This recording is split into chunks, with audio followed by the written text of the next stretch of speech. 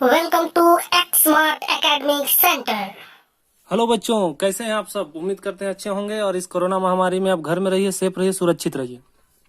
तो बच्चों, आज सेशन को स्टार्ट करने से पहले मैं कुछ सेकंड आप लोगों को कुछ बताना चाहता हूं। आप सभी पढ़ने के तरीके को बदलिए।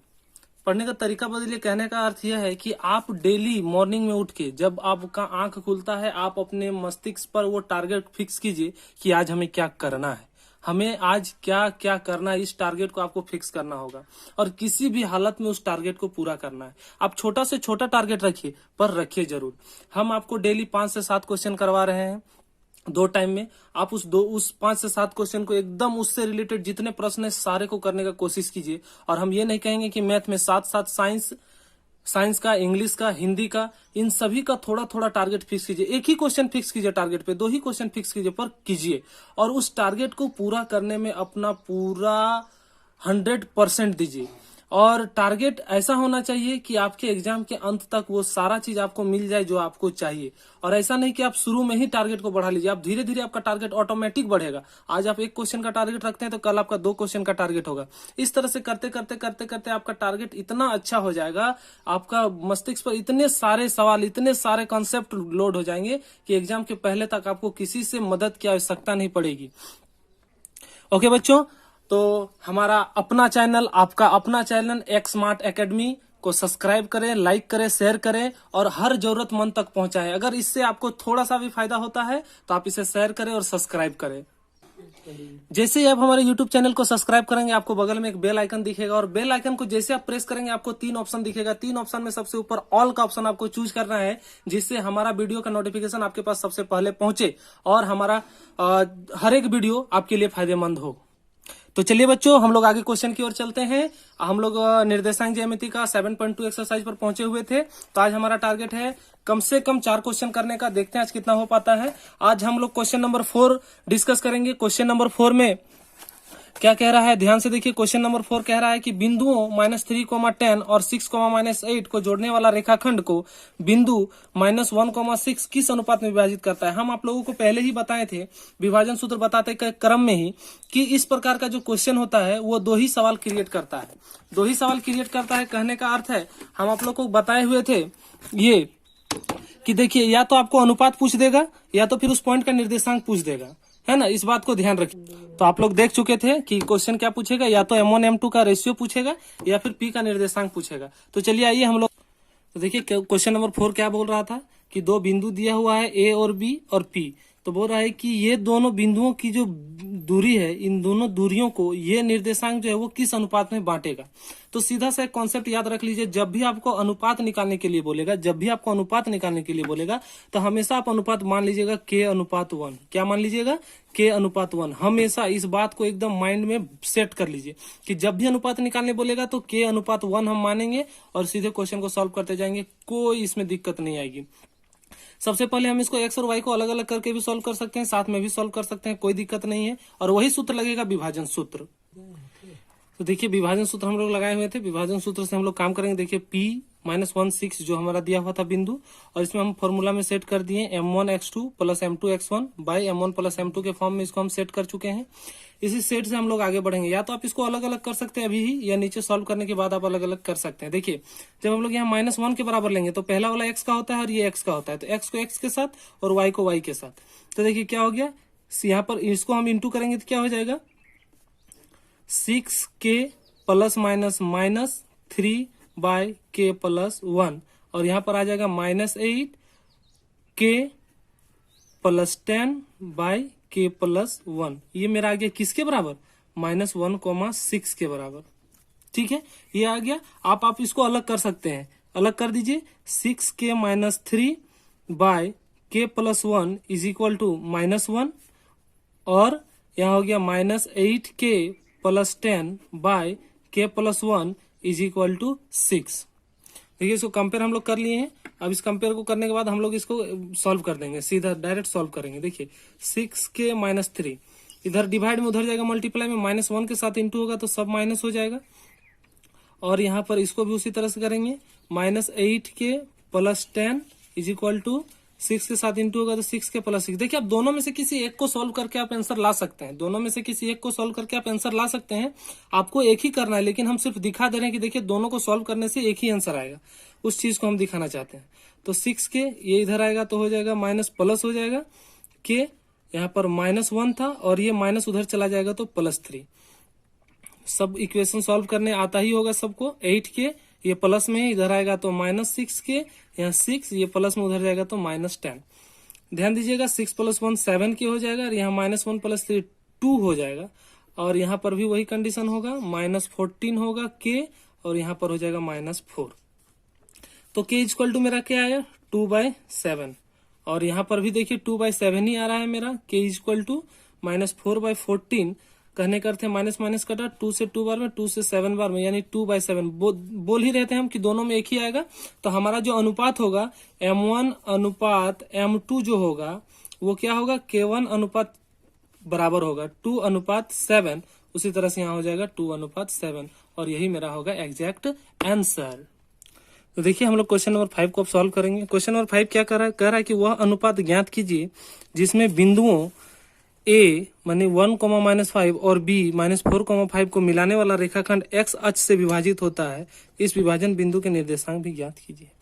क्या बोल रहा है कि अनुपात भी ज्ञात करने बोल रहा है, निर्देशांक भी ज्ञात करने बोल रहा है और एक चीज दिया हुआ है कि यह x अक्ष पर विभाजित होता है। तो इसी को समझना है और सॉल्व करना है। देखिए क्या पहले हम लोग लिखेंगे कि माना बिंदु ए बी को मिलाने वाला रेखाखंड x अक्ष से बिंदु P, जब हम क्या बोले जब x अक्ष का बात करेगा तो x अक्ष पे बात करेगा तो y 0 होगा। तो देखिए हम y को 0 रखे और x को x रखे हैं और बोले हैं जब अनुपात नहीं दिया रहेगा, अनुपात पूछेगा तो उसको हम लोग k/1 में डिवाइड करेंगे। तो k/1 के अनुपात में विभाजित होता है, इस तरह से हम लोग कर लिए। तो यहाँ अनुपात हम लोग दे देंगे k/1 और P का निर्देशांक क्या हो जाएगा x,0। P का निर्देशांक क्या हो जाएगा x,0। अब हम इसको क्या करेंगे सॉल्व करेंगे। देखिए इस तरह से विभाजन सूत्र हम लोग पहले लिख लेंगे। विभाजन सूत्र लिखने के बाद हम उसको इस फॉर्मूला से इसको पुट कर देंगे। m1 मेरे पास क्या है k है और x2 मेरे पास क्या है, तो देखिए -4 है प्लस m2 मेरे पास 1 है और x1 मेरे पास 1 है। नीचे क्या हो जाएगा k+1। फिर यहाँ पर इसी तरह y के लिए हम लोग पुट करेंगे। m1 मेरा क्या हो जाएगा k, y2 मेरा क्या हो जाएगा 5 प्लस m2 मेरा हो जाएगा 1 और y1 मेरा हो जाएगा -5। देख लिए। अब यहाँ नीचे जो होगा m1 + m2 यानी k+1 ये हो गया। जब भी इस तरह का क्वेश्चन रहेगा, अनुपात नहीं दिया रहेगा, निर्देशांक भी नहीं दिया रहेगा, तो y अक्ष या x अक्ष में से कोई एक बोलेगा ही, तभी ये क्वेश्चन सॉल्व हो पाएगा। देखिए इसको हम लोग लिख लेते हैं। क्या हो जाएगा इसको -4 × k क्या हो जाएगा -4k और 1 × 1 हो जाएगा 1 और k+1। फिर यहाँ पर हो जाएगा 5k + -5 k+1 और ये p x,0। अब ध्यान से देखिए हम इसको क्या बोले हैं कि इसको अब हम लोग अलग अलग कर देंगे, x को x के साथ और y को y के साथ। तो x को x के साथ यानी -4k + 1 k+1 बराबर हो जाएगा x और यहाँ पर मेरा क्या हो जाएगा 5k - 5 k+1 = 0। तो हम सबसे पहले इसको लेकर हम लोग क्या करेंगे k का वैल्यू निकालेंगे और उस k का वैल्यू हम इस पर पुट कर देंगे तो यहाँ से मेरा x का वैल्यू निकल जाएगा। तो हम लोग पहले इसको सॉल्व करते हैं। इसको सॉल्व करने के बाद हम इसको सॉल्व करेंगे।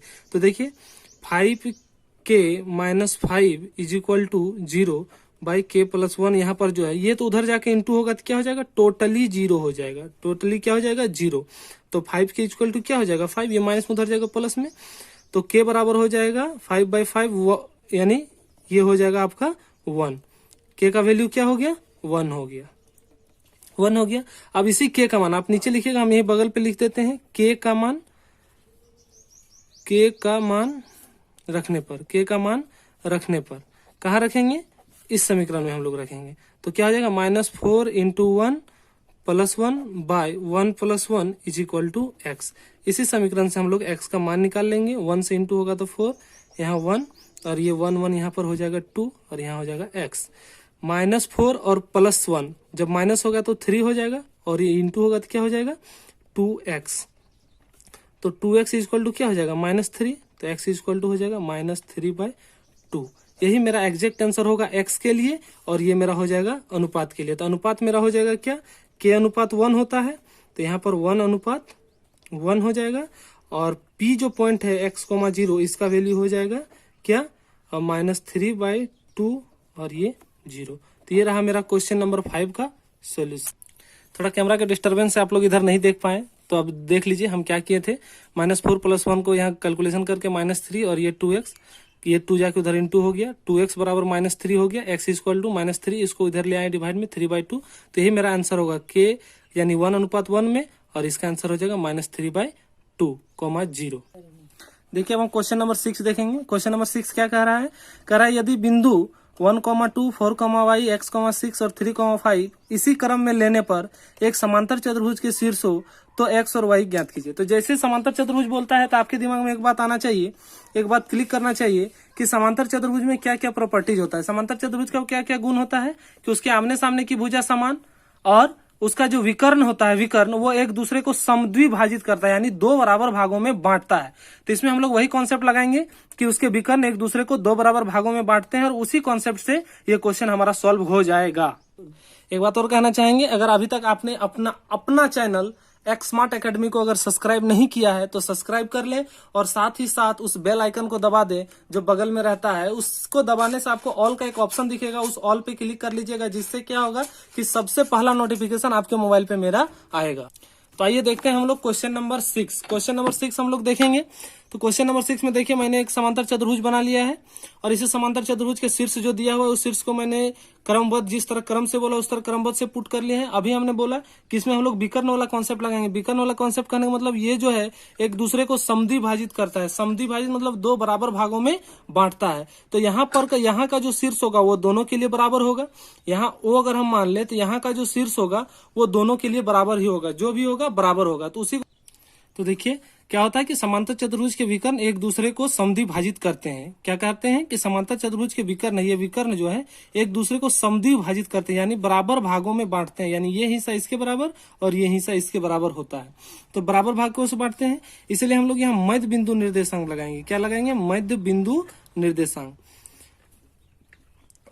मध्य बिंदु निर्देशांक। मध्य बिंदु निर्देशांक अगर फॉर्मूला आप नहीं जानते हैं तो मध्य बिंदु का हम बता देते हैं। मध्य बिंदु का होता है फॉर्मूला, x के लिए होता है x1 + x2/2 और y के लिए y1 + y2/2। ये फॉर्मूला विभाजन सूत्र से ही निकल के आया है। अगर हम बोले कि समदूरस्थ में यानी 1 1 होता है, तो अगर 1 1 लेके बैठाइएगा तो यही चीज आपको मिलने वाला है। ठीक है, तो इसके बाद हम लोग चलेंगे मध्य बिंदु। तो देखिए मध्य बिंदु क्या हो रहा है कि AC का मध्य बिंदु निकालेंगे। सबसे पहले AC का मध्य बिंदु क्या होगा? AC का मध्य बिंदु, AC का मध्य बिंदु किसके बराबर होगा? इस BD के मध्य बिंदु के बराबर होगा। BD के मध्य बिंदु के बराबर होगा।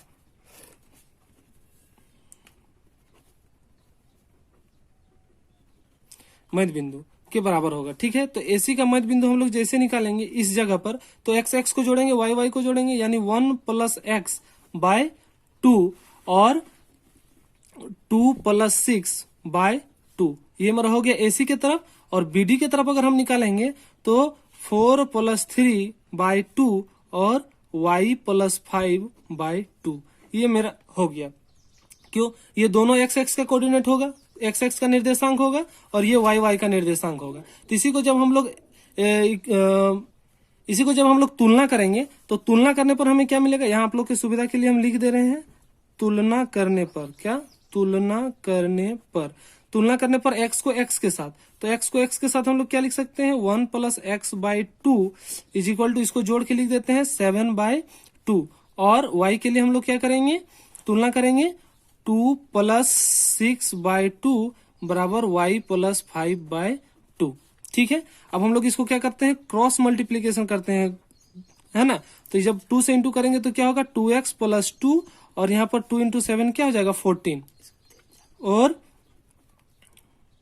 6 + 2 8, 8 को 2 से इंटू करेंगे तो क्या हो जाएगा? 16, और ये 2 से इंटू होगा तो 2y + 10।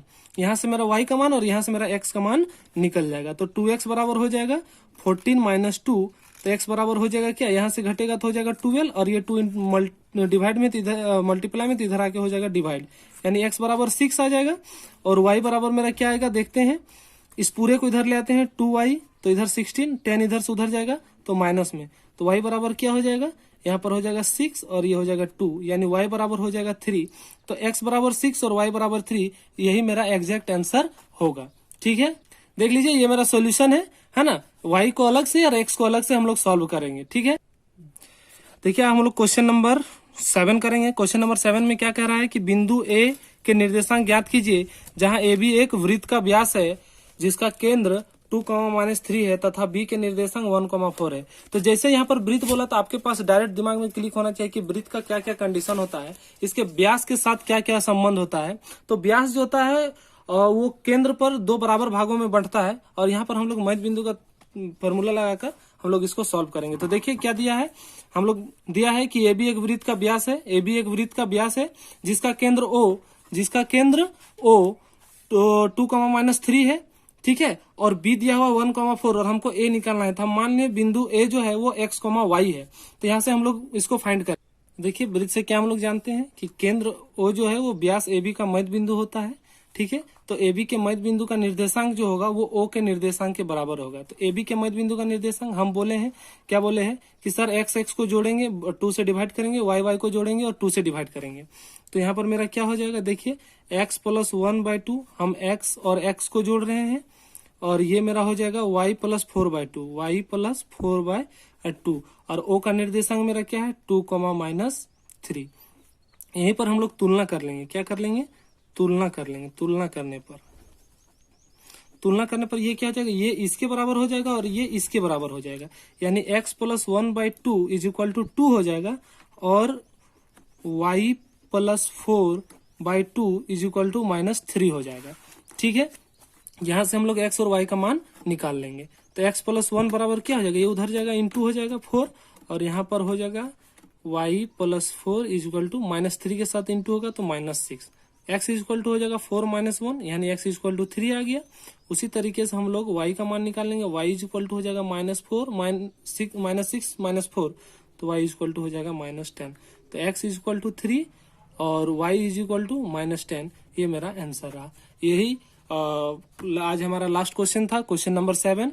उम्मीद करते हैं कि जितना भी हम आप लोगों को बताएं अच्छी तरीके से समझ में आया होगा और कहीं पर भी अगर डाउट है तो आप हमें कमेंट करके पूछ सकते हैं। हम जल्द से जल्द आपके कमेंट का रिप्लाई देने का कोशिश करेंगे और आपका अपना चैनल जो एक्समार्ट एकेडमी है उसको सब्सक्राइब करें, लाइक करें, शेयर करें और उस जरूरतमंद तक पहुंचाएं जिसको इसकी आवश्यकता है। अगर इस वीडियो से आपको जरा सा भी लाभ होता है तो अपने दोस्ती को, अपने यारी संबंधी को भी ये शेयर करें। धन्यवाद।